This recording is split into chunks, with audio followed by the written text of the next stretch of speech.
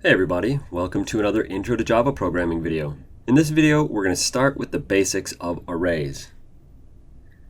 Collections are essential to pretty much all programming that you're going to do. Collections allow us to group a whole bunch of pieces of data together and work on them as one whole. Let's think of it this way. Let's say that we had 10 variables, 10 int variables that we wanted to work with. I could do this, int, and 1, and 2, and 3, and 4, and 5, and 6, and 7, and 8, this is a pain, and 9, and 10, right? I could assign all those values, and 1 gets 10, and 2 gets 12, and 3 gets 15. You get the drift. You see where I'm going with this. This takes a little bit of time.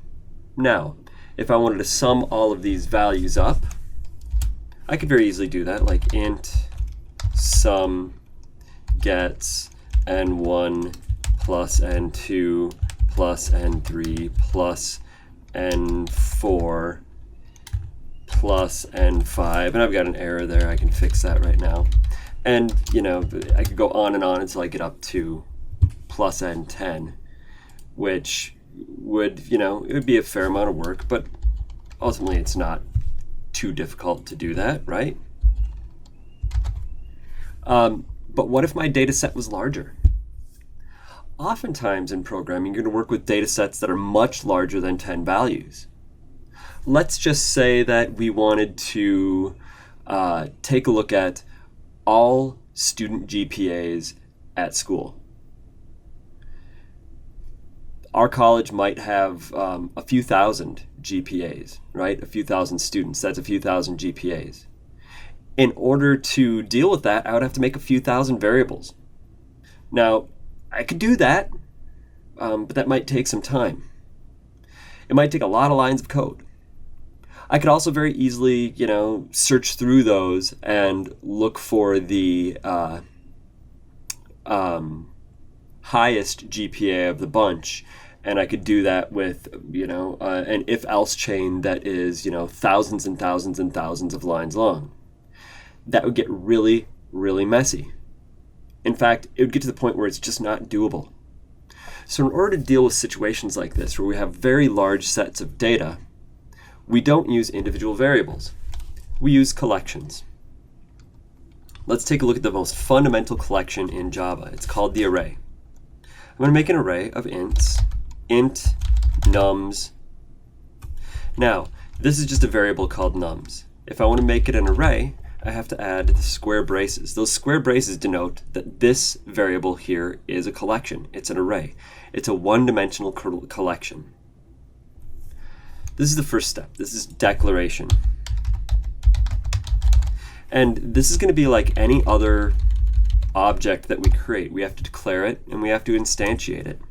Instantiation of arrays looks a little different than standard objects because it doesn't really have a constructor. So it looks like this. It looks like nums gets new int, and then you have to put some number here. And that number indicates how many elements are going to be in that array. An element is just an item. So if I've got an array of ints, one element would be one number, or one variable, if you will, that's holding a number. An array is kind of like a collection of unnamed variables. So this would be a collection of 10 int variables that I can work on as a whole. Okay? Now, let's take a look at how we can work with these variables. Right now, this array is just, it's 10 variables with default values, so 10 zeros all collected together. If I want to put values into that array, it's going to look something like this, using basic array access. Basic array access uses the variable name and then the square braces. Those square braces have to have a value in there. And this value is going to be a number that's associated with an index of an element. An index of an element is like its ordered number. So If I have 10 elements in my array, the indices of those would be 0, 1, 2, 3, 4, 5, 6, 7, 8, 9. You can think of it kind of like locker numbers on a locker. You're at school, you put your books in your locker, you know where your number is, you look for your locker in the locker bay with your number. You open it up and you put your books in there. Well, the locker number is like the index for that locker. Well, let's look at this. 0, nums at 0. Nums at 0 gets 27. What I just did is I assigned the value 27 into the 0 index element of my nums array. Okay? The nums array has 10 elements, and they're indexed from 0 up to 9. So if I wanted to add another one, I could go nums at 1 gets 34. Nums at 2 gets 98. So on and so forth, all the way up to nums at 9 gets 123. Okay? Let's just assume I assigned values into all 10 of those array elements. That's how you access an element of an array and assign something into it. You might notice this looks a lot like just working with a variable. You know, if I made an int variable, int n, if I want to assign something into n, it's just n gets 34, right?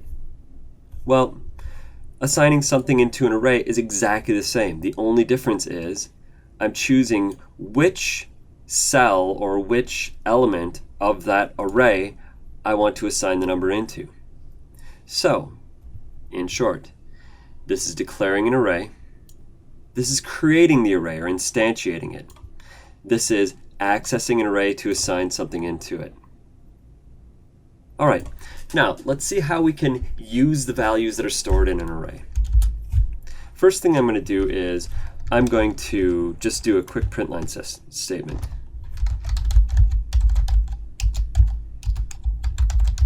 System out println. And I'm going to access the first element in the array. Nums at 0. Arrays in Java are 0 indexed. What that means is the first element in the array is index 0, and then they're ordered from 0 all the way up to length -1. So if my array has 10 elements in it, that means my array indices are 0, 1, 2, 3, 4, 5, 6, 7, 8, 9. In order to access a value that's stored in an array element, I just use this array accessor like this, kind of like I would use any variable or any literal.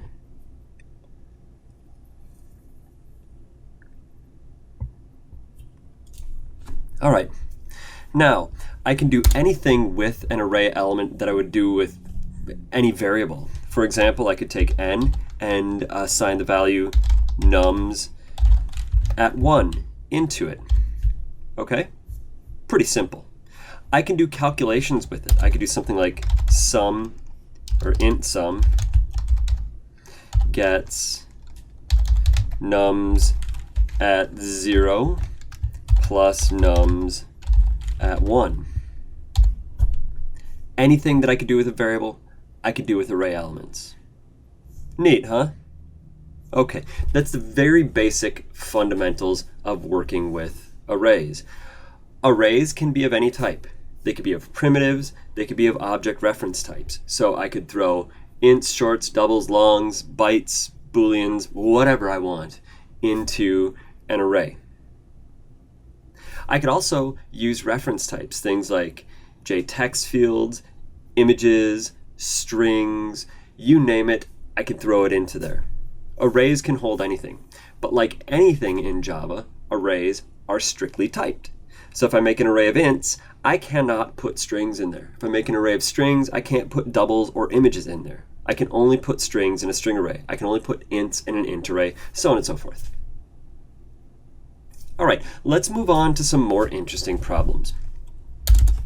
Let's say I wanted to work with a series of, I wanted to work with an array by taking user input, or I wanted to work with an array by taking a series of randoms. I could do something like this.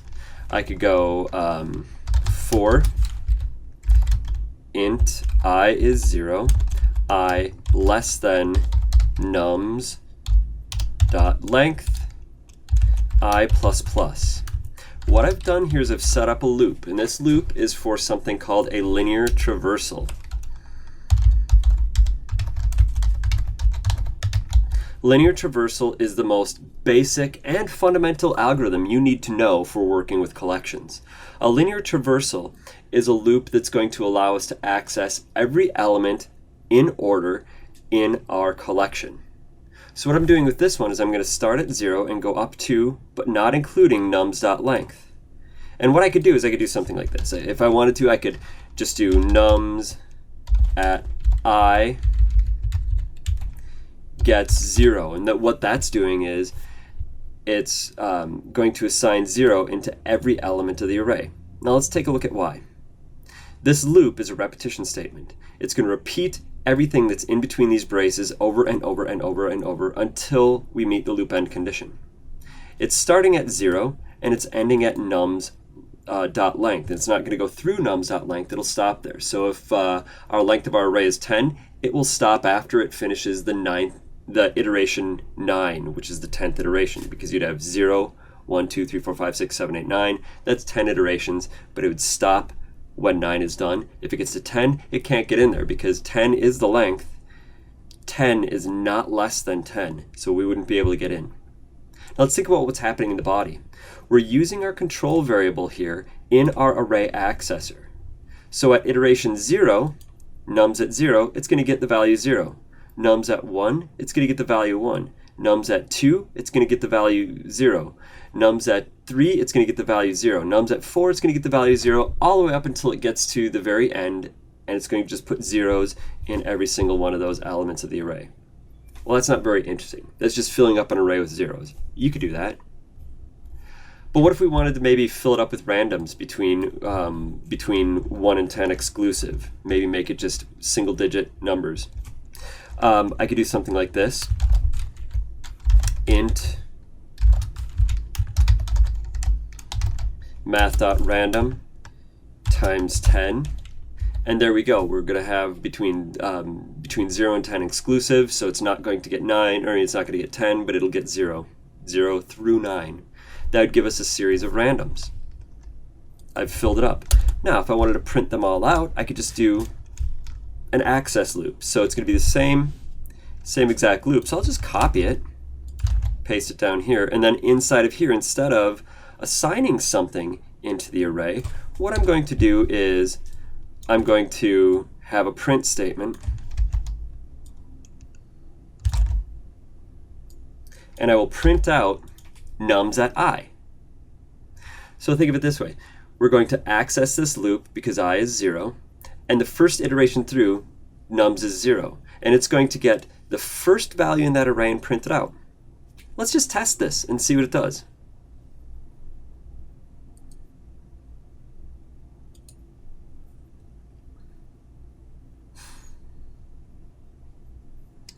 And there we go. It's printing out all of our ints between 0 and 9. You don't see any 10s in there.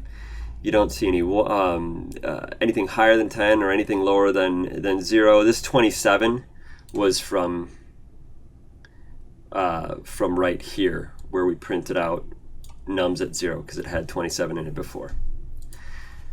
All right, so those are standard traversals. If I wanted to, I could, instead of doing randoms, I could take user input by doing something like JOptionPane. JOptionPane dot show input dialog, and then do the message this, and then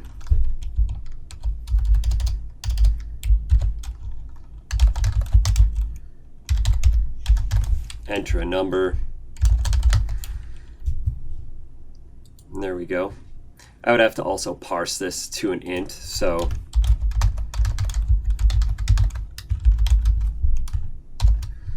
integer parse int, and then take this whole thing in. What a mess. But, oops, I think that this goes first, if I remember correctly. I don't do J-option panes very often, so I often forget that. I'm not sure whether this goes. We'll just ignore it for now. But that's how I'd take user input and traverse over the whole collection and put a user-controlled number into each element. Okay? That's the basics of working with int arrays. Let's take a look at another thing with arrays. I'm going to go up to the top here, and I'm going to make a string array this time.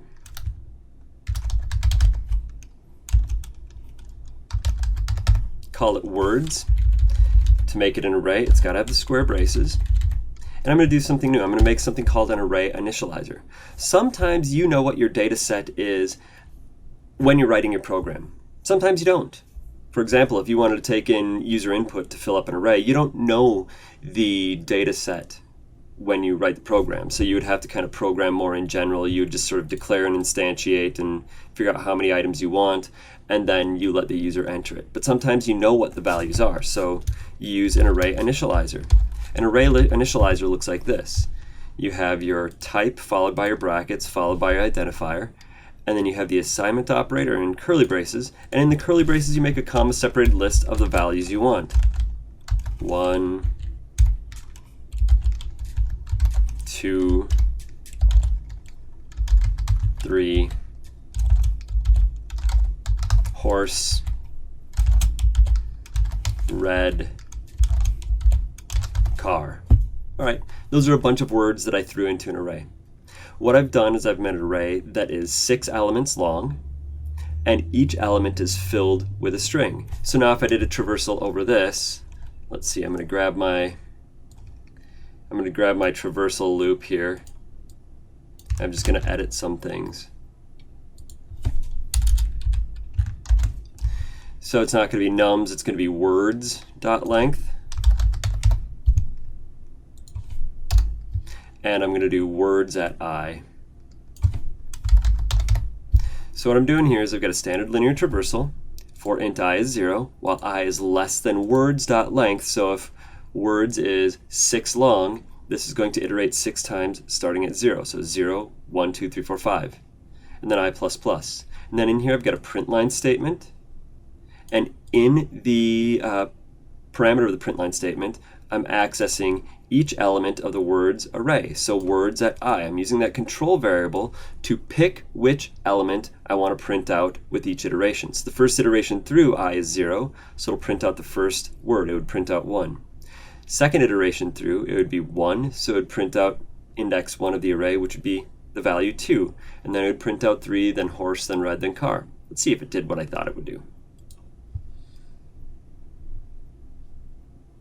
And then I've got my input traversal there, so hello, and I needed to have a number, so it didn't work. But so you can see how that Array Initializer works here. It's got a bunch of strings in it. The syntax is you've got a set of curly braces and a comma-separated list of the type of things that the array is expecting. So if it was an int, it would be very similar. Int vals for values, gets the curly braces, and then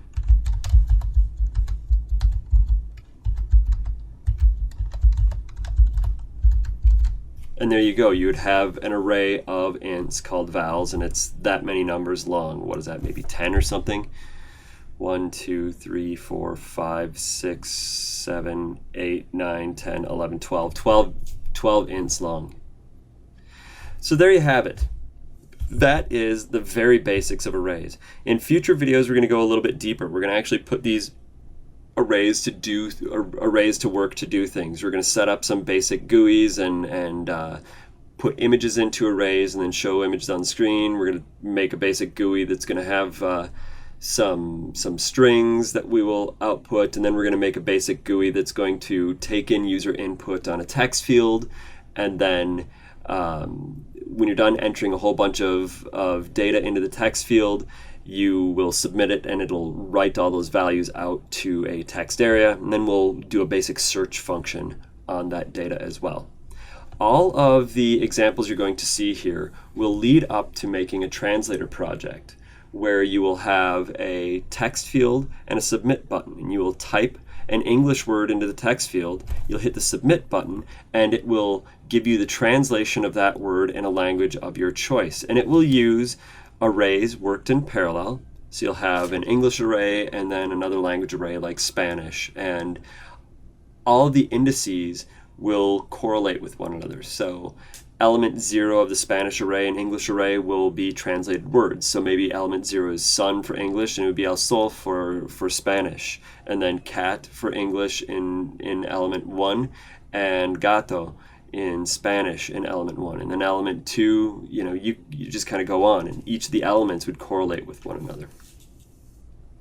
All right, so tune in for the rest of the videos in this unit. I hope you enjoy. Thanks a lot.